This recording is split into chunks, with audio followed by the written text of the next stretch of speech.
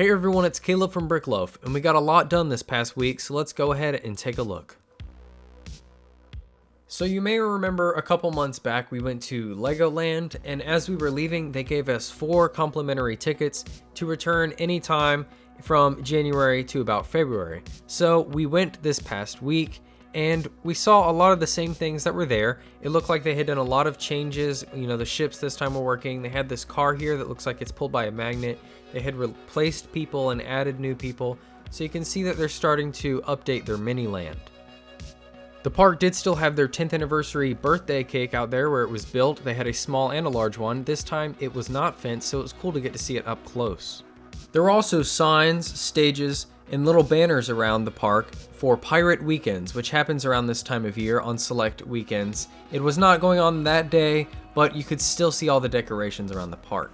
We did ride the Flyer Ride, which we didn't ride last time, and that was a lot of fun. It's one of the best roller coasters at Legoland Florida if you want to go, and it is in the back near the city area. We did visit the Imagination Zone, which we have not been to before. It has always been there, but this is an area where they have a lot of decorations, a lot of large brick built things, a lot of brick art, and this is an area where kids can just build cars or go to little classes for robotics, or maybe just build their own thing on these pre-built tables where they can add whatever they want to a city. And it was really cool going in there. We didn't play, but there were a lot of really cool displays, and I can imagine how crazy this place is. They also had these double-sided pictures which are made of wedges. So in this example, one side is a chicken guy and the other is a bee, and it just depends on which side you look at it from. And I thought that was really cool. I haven't seen that before, and there were quite a lot of these in the park. They also had a fountain which appeared to be new since the last time we went, and it had a lot of recognizable figures like Mr. Gold at the top, but it was really cool seeing this in the center of the city area, and it was new, so it does look very nice, and you can tell they are working on updating the park. And of course we finished our trip by going to the different stores in the park, and this one had a lot of cool little builds here that I thought were pretty neat. Some of them were scaled up Lego pieces, and we checked out the Pick a Brick wall as well, which had some pretty good stuff as well. We also went to the final store, the big one at the end, and they had plenty of merchandise, including sets that we had not seen in quite a while or at all in any of our stores, so they always have a really good selection at this store in the park. They also had a Tiger on display, which was built and signed by Mark and Steven, the Lego Masters from Season 2, on their recent trip to Legoland. As we left the park with all the things from the shop, we had one last stop to make, which was to check out the hotels. Even though we've been going to Legoland since it opened, we have actually never been inside the hotels, and they just somewhat recently opened up the Pirate Hotel, which is attached to the original one, so we decided to go inside and check them out, finally. There are a lot of large Lego models, whether they're large figures made of Lego or they're Lego figures made out of plastic but scaled up. They even had a playground inside, and the lounge had lots of chefs and everything else around the dining room.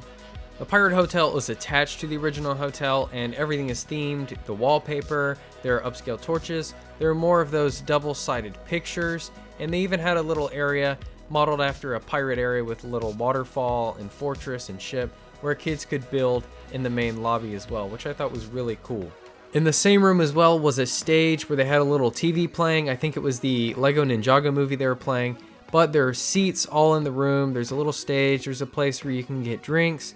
I feel like this is a place that would be really, really busy during the summer months. And inside this hotel, as well as the parks themselves, there are vending machines which hand out these little boxes of coins, and you can select what coins you want. There's silver, there's gold, and basically each coin represents an attraction from the park. And I think they are random somewhat, but we managed to get a golden safari trek, we got a pirate ship, we got the driving school, the boating school, and we got an Octane racer. These are just collectible coins from the park, and they all had the same back. They say Legoland Florida, and of course they are unique to this park, so if you ever go to any other Legolands, I'm sure they had these there as well, but I thought it was cool that they had these.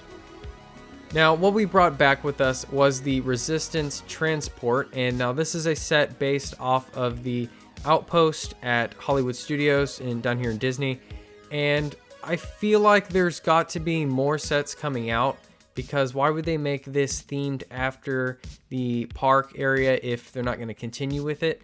and I'd like to see more. I know it's going to be collectible because it is something that's directly referencing the theme park and it's not something that's from a movie, but it does also have one of the Skywalker Saga things on the back saying it has a code to unlock. So we'll see if that works with the game coming out soon.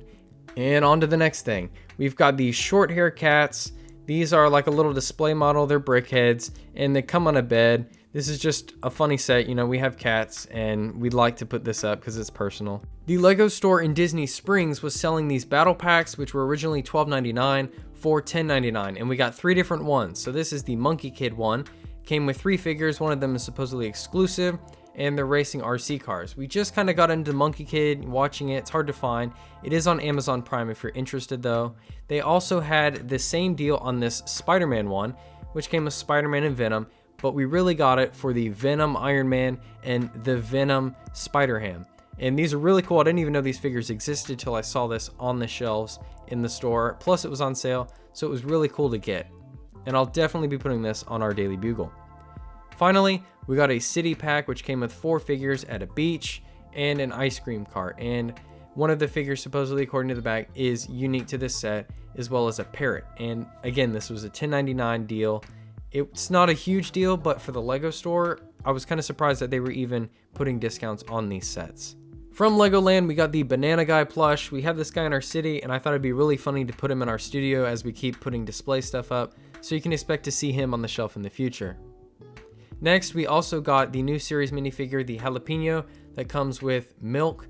And if you are interested in this figure, it's really cool. It does have a double-sided face, and there's a print under the shirt anyways, and a print on the milk as well. But if you are feeling for this figure, you're going to instantly know what it is because of this pepper piece.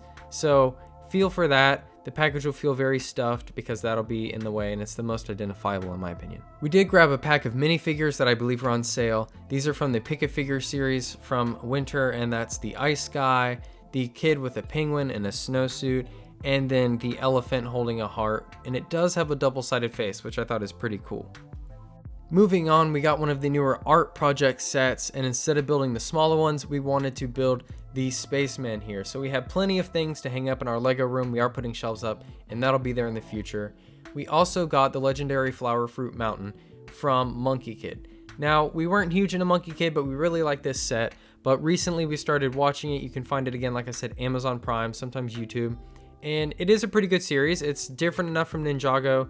I think when you look at the boxes, you kind of correlate it with Ninjago, but it is very much different, and I think the sets are great.